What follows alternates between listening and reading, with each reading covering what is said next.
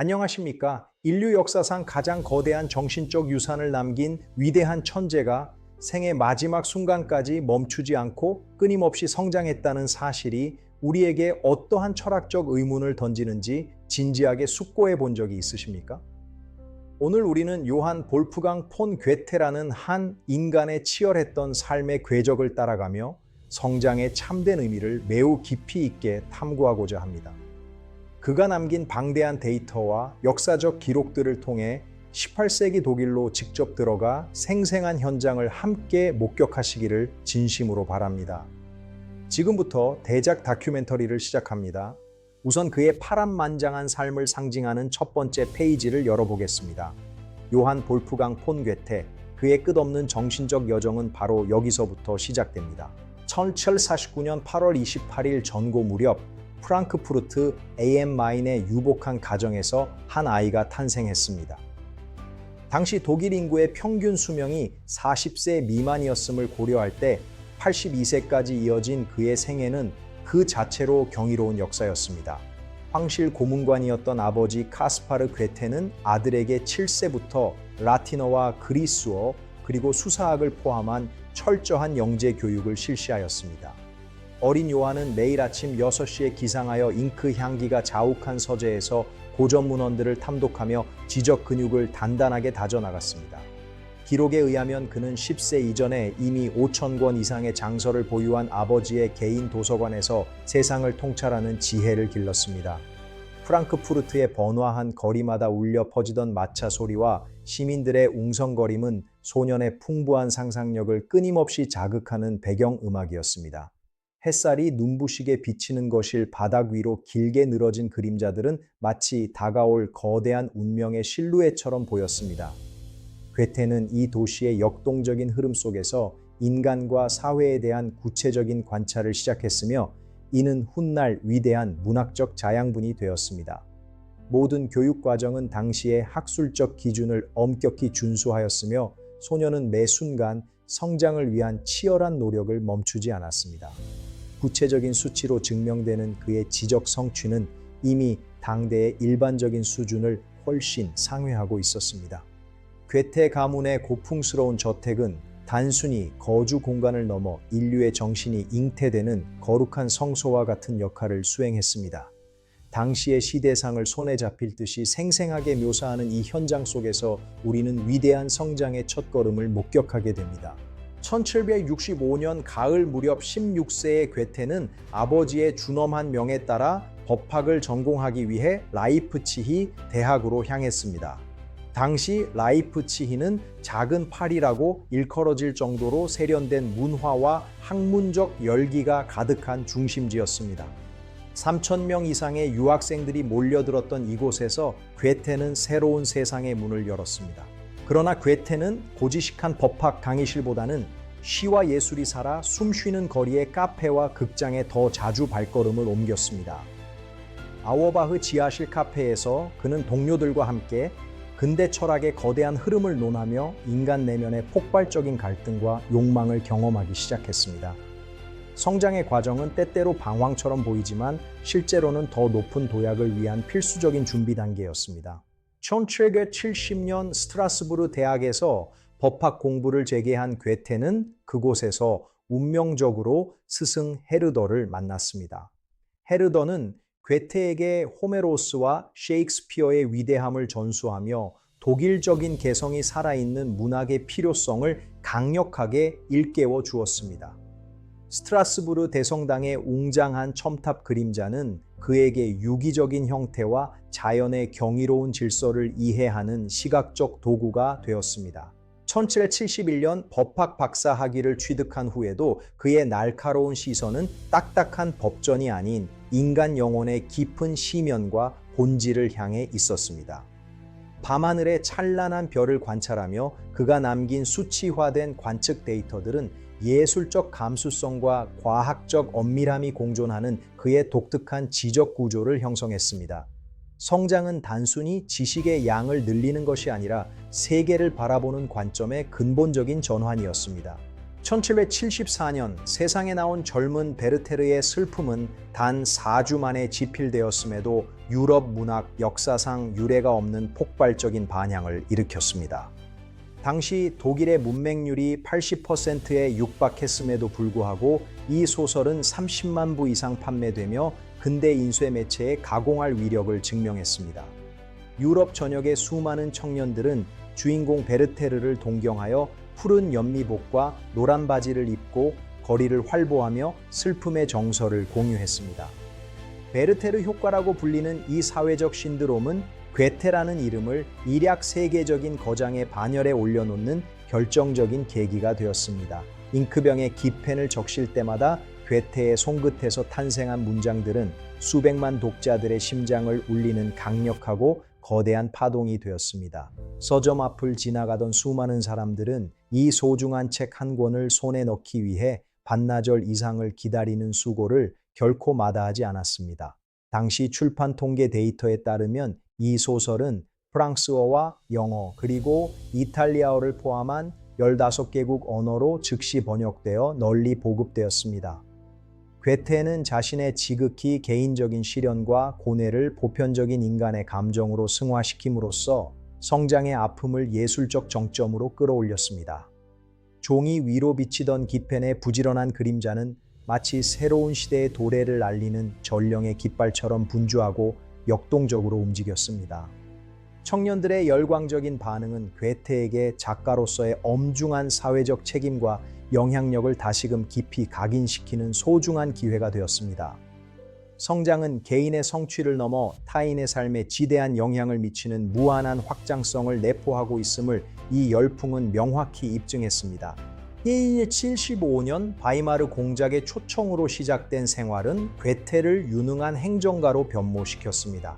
그는 공국의 추밀 고문관으로서 재정과 군사 그리고 광산 관리 등 국가 운영의 핵심 업무를 10년이 넘는 세월 동안 도맡아 수행했습니다. 일주일에 평균 60시간 이상의 시간을 국정 운영에 쏟아부으며 괴테는 이상적인 문학의 세계를 현실의 구조 속에서 실현하려 노력했습니다. 기록된 행정 문서들에 따르면 괴테는 국가 예산의 30%를 절감하는 탁월한 행정 능력을 발휘하여 공국의 경제적 안정을 도모했습니다. 성장은 고결한 고독 속에서만 이루어지는 것이 아니라 타인과 협력하고 갈등하며 현실의 문제를 지혜롭게 해결하는 과정임을 깨달았습니다. 인간은 현실의 무게를 견디며 비로소 진정한 어른으로 성장한다는 진리를 그는 바이마르 집무실에서 매일같이 체험했습니다. 1786년 괴테는 필리프 모엘러라는 가명을 사용하며 홀연히 이탈리아로 떠나는 비밀스러운 여행을 감행했습니다. 2년 동안 이어진 이 위대한 여정은 그에게 예술적 영혼의 완전한 재탄생을 경험하게 한 성장의 거대한 분수령이 되었습니다. 로마의 웅장한 고대 유적지 앞에 서서 그는 2000년의 세월을 견뎌온 고전 건축의 질서와 조화에서 완벽한 미학적 기준을 발견했습니다. 남부 이탈리아의 강렬한 태양 아래에서 움직이는 사람들의 생생한 활기와 짙은 그림자들은 괴테에게 자연의 원초적 색채를 일깨웠습니다. 기록에 따르면 그는 이 시기에 1000여장의 정교한 스케치를 남기며 자신의 미학적 각성을 세밀하게 기록했습니다. 성장은 낡은 껍질을 과감히 벗어던지고 새로운 본질을 찾는 과정임을 괴테는 이탈리아의 찬란한 풍경 속에서 온몸으로 체득했습니다. 1794년 시작된 요한 프리드리히 쉴러와의 지적 우정은 괴테에게 제2의 전성기를 선사한 가장 아름답고 고결한 성장의 기록으로 남았습니다. 두 거장은 10년의 세월 동안 거의 매일같이 편지를 주고받으며 문학적 이상을 공유했고 쉴러의 동료는 괴테를 다시 파우스트의 세계로 이끌었습니다. 서로 다른 기질을 가진 두 천재가 충돌하고 융합하는 과정은 당시 유럽 지성계를 뒤흔드는 강력하고 지적인 사유의 파동이 되어 널리 퍼졌습니다. 바이마르 극장에서 상연된 수많은 작품들은 인간 보편의 가치를 탐구하며 고전주의라는 견고한 성을 구축하는 데 결정적인 기여를 하였습니다. 정원을 한가로이 거닐며 나누었던 두 사람의 대화는 단순히 개인의 친목을 넘어 인류 정신의 지평을 확장하는 거룩한 의식과도 같았습니다. 기록된 서신 교환의 분량은 수천 페이지에 달하며 그 안에는 문학뿐만 아니라 역사와 철학에 대한 구체적인 통찰들이 빼곡하게 담겨 있습니다. 성장은 고립된 상태에서 이루어지는 것이 아니라 타인이라는 거울을 통해 자신의 부족함을 깨닫고 보완하며 함께 나아가는 과정임을 보여줍니다. 쉴러의 갑작스러운 죽음이라는 거대한 상실 속에서도 괴테는 슬픔을 딛고 일어나 친구와 약속했던 성장의 과업을 완성하기 위해 다시 펜을 잡았습니다. 정원 바닥을 수놓은 일렁이는 그림자들처럼 두 천재의 우정은 시간이 흘러도 변하지 않는 생명력으로 다큐멘터리의 현장을 가득 채우고 있습니다. 우리는 이 두 영혼의 만남이 어떻게 인류 문명을 더 풍요롭게 만들었는지 구체적인 장면들을 통해 다시 한번 깊이 있게 실감하게 될 것입니다. 괴테는 문학이라는 영역에만 머물지 않고 우주와 자연의 보편적인 법칙을 이해하기 위해 과학적 탐구에도 평생의 시간을 기꺼이 매진하였습니다.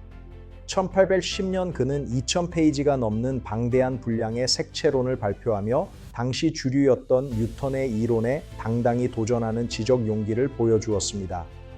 식물의 원형을 찾기 위해 수천 종의 식물을 직접 관찰하고 세밀하게 기록한 그의 데이터는 근대 식물학 분야에서도 독보적인 발자취를 남겼습니다. 실험실 탁자 위로 프리즘을 통과한 무지갯빛 색채들이 신비롭게 분산될 때 그 곁을 지키던 어둠의 그림자들은 색채의 본질을 이해하는 열쇠였습니다. 성장은 하나의 전문 분야에 국한되지 않고 자연의 전체적인 질서를 통합적으로 이해하는 거대한 지적 확장 과정임을 그는 몸소 보여주었습니다. 현미경으로 관찰하던 아주 작은 식물의 세포부터 밤하늘에 빛나는 거대한 성단에 이르기까지 그의 호기심은 온 우주를 아우르고 있었습니다. 구체적인 과학적 측정 수치와 세밀한 관찰 기록들은 그가 단순한 시인을 넘어 진정한 자연 철학자로 거듭났음을 증명하는 명확한 근거입니다. 자연의 형태가 끊임없이 변화하면서도 그 본질을 유지하는 변형의 원리를 탐구하며 그는 인간 영혼의 성장 원리를 다시금 발견하였습니다. 실험실 안을 바삐 움직이던 조수들의 모습과 시시각각 변화하는 빛의 각도는 과학적 진리를 찾기 위한 괴테의 열정을 시각적으로 대변합니다. 우리는 그의 집요한 과학적 탐구가 어떻게 문학적 상상력과 결합하여 더 넓은 세계관을 형성했는지 구체적인 장면을 통해 확인하게 될 것입니다. 생애 마지막 60년 동안 집필된 불멸의 대작 파우스트는 괴테 성장의 최종 결정체이자 인류 정신이 도달할 수 있는 거대한 보고와 같습니다. 1832년 3월 22일 82세의 나이로 세상을 떠나기 불과 몇 달 전 그는 파우스트 제2부를 최종적으로 완성하고 인장으로 굳게 봉인하였습니다. 끊임없이 노력하며 방황하는 인간만이 결국 구원받을 수 있다는 그의 마지막 메시지는 성장의 진정한 의미를 완성하는 거룩한 마침표였습니다. 책상 위에 놓인 파우스트 원고 뭉치와 그 위로 드리워진 늙은 거장의 갓높은 손 그림자는 한 시대가 저물고 새로운 지혜가 탄생하는 순간이었습니다. 구체적인 사료에 따르면 그는 마지막 숨을 거두는 순간까지 더 많은 빛을 간절히 원하며 지적 탐구의 끈을 결코 놓지 않았다고 전해집니다. 괴테의 성장은 멈추지 않는 파도처럼 시대를 넘어 오늘날을 살아가는 우리에게도 끊임없이 이어지며 새로운 영감을 불어넣어 주고 있습니다. 82년이라는 긴 시간 동안 그가 보여준 지치지 않는 열정은 인간이 도달할 수 있는 정신적 높이가 어디까지인지를 명확하게 보여주는 이정표입니다. 이제 우리는 그의 생애 마지막 현장에서 그가 남긴 영원한 지혜의 목소리를 경건한 마음으로 경청하며 다큐멘터리의 긴 여정을 마무리하려 합니다. 서재 창문을 통해 들어오던 마지막 석양의 빛은 위대한 성장을 마친 한 인간의 영혼 위로 찬란하고 아름다운 그림자를 드리우고 있었습니다. 우리는 지금까지 요한 볼프강 폰 괴테라는 거인이 걸어온 방대한 성장의 기록들을 매우 상세하고 깊이 있게 살펴보는 시간을 가졌습니다. 그의 삶이 보여준 끊임없는 변화와 발전은 오늘을 살아가는 우리 모두에게 매우 강력하고 숭고한 울림을 정성스럽게 전달해 주고 있습니다. 긴 시간 동안 현장에 함께 참여하며 시청해 주신 여러분께 진심으로 깊은 감사의 인사를 올리며 이 영상을 마치고자 합니다. 만약 여러분이 구독과 좋아요를 눌러주신다면 저는 여러분의 영혼을 오랫동안 풍요롭게 적셔 드릴 것을 다시 한번 약속드리겠습니다. 꼭 구독과 좋아요를 부탁드립니다. 지금까지 시청해 주셔서 감사합니다. 정중하게 인사드립니다. 안녕히 계십시오.